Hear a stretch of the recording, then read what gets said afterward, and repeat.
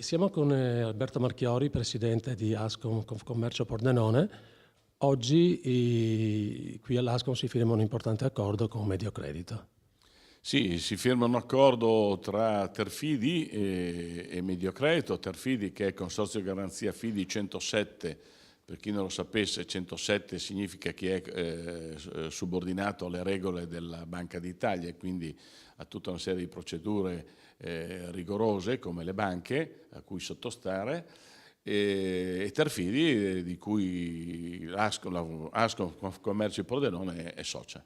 Una giornata importante anche perché è stato eletto per la terza volta presidente della Camera di Commercio Giovanni Pavan.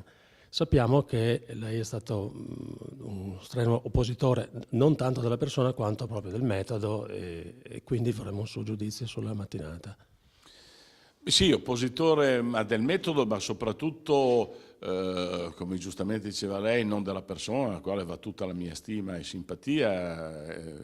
Giovanni Pavan è un galantuomo, per cui nulla sul piano personale, ma noi ritenevamo e riteniamo tuttora che questa scelta sia una scelta sbagliata nel momento in cui il Paese, il territorio, la nostra provincia in particolare, dove ha gravi carenze di rappresentanza istituzionale, avesse bisogno di uno slancio in più.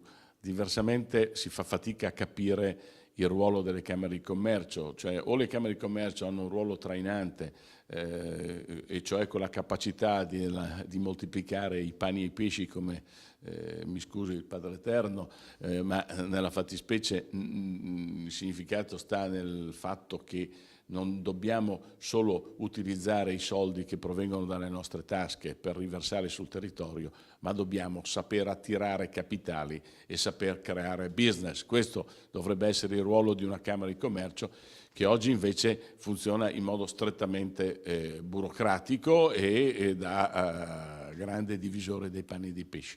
Ma è una grave sconfitta per tutto il territorio e per il livello di rappresentanza di queste istituzioni.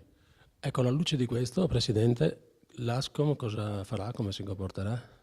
Ma alla luce di questo l'Ascom avrà un ruolo come sempre propositivo, costruttivo, ma anche attento e rigoroso in tutte quelle che sono le procedure che verranno portate avanti in giunta camerale e nel Consiglio, ancor più di prima. Quindi noi questo ruolo l'abbiamo sempre avuto, abbiamo avuto anche qualche tensione, ma insomma abbiamo saputo contenere il tutto all'interno della casa Camera di Commercio.